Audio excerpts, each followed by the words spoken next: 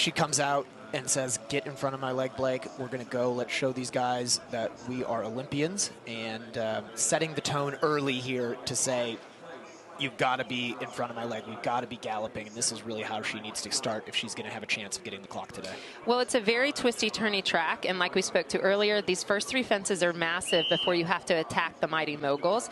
Only 5 horses have been clear inside the time in this class ever.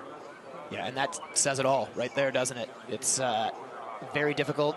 I think we'll get a couple in the time, but I wouldn't be surprised if we don't. If anybody's going to get close, certainly Caroline, you would think, would be one of those on Blake. So to the Mighty Moguls, that committed 3, and that was beautiful. Simple, straight. Actually, it probably wasn't simple. It looked simple. As she heads to the Hillside Oxer, her time at the Hillside Oxer should be right around 1:24. So we can see her clock down there on the left side. Looks pretty good right now, John.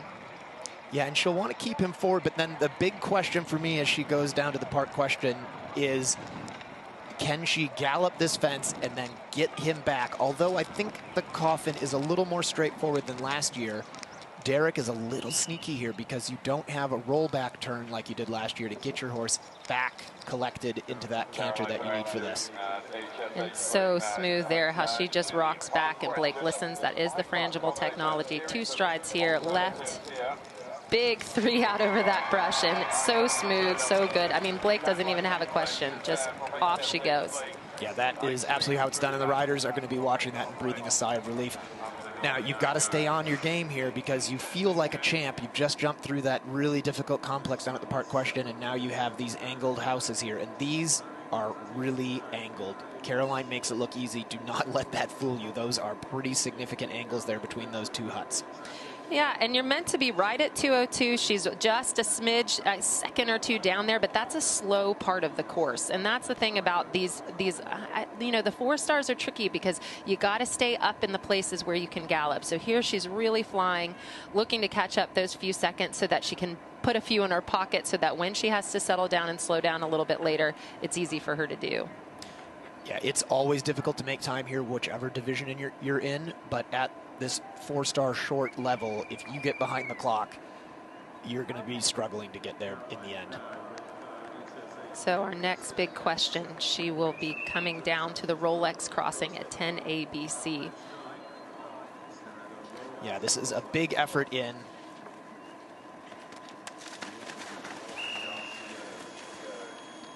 So 7 strides there. And that's how it's done. She looked beautiful through there. Again, Caroline's doing such a good job staying positive and forward through this course, and she's really eating it up. So, new starter, Skyler Voss on Argyle. Heads out, another thoroughbred horse across the country. Another beautiful gray as we sneak back over to watch this big table. There's a huge drop down this hill. It's a big rideability question, John, as she turns to these double corners. Yeah, it looks like she's going to try to straighten these out. Easy 3, beautifully done. I mean, masterclass there. She takes the flag. There won't be any penalty as the horse was very clearly inside that. And super job as we look to her to come around to the parallel rails. She needs to be right at 3:43 there, so she's a little behind on the clock, John. Yep, and we've got the Defender Sunken Road here. This is quite an angle up, out over this brush in 1 stride. And as expected, Caroline is just making this look like a walk in the park. So now she's got plenty of horse, right? That is a fast horse. So she is flying up the hill. There are places here that you just have to take care of. So 570 meters per minute is how many meters per minute, but it's a range, right? There's times at the course where you're going to be at 300 meters per minute, and there's times where you're going to be at 600 meters per minute. And it's the combination of the culmination of those that end up with your final time. Yeah, exactly. You have to be slow for the combinations, which means you need to make that up elsewhere. You can see he's really full of running. He's still pulling her, grabbing the reins.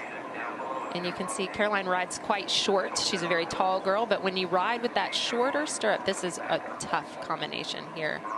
Yeah, and I thought walking this that was actually probably the sneaky toughest combination on course for this 4-star. The turn to that left-handed corner on the way out is very much in the last stride.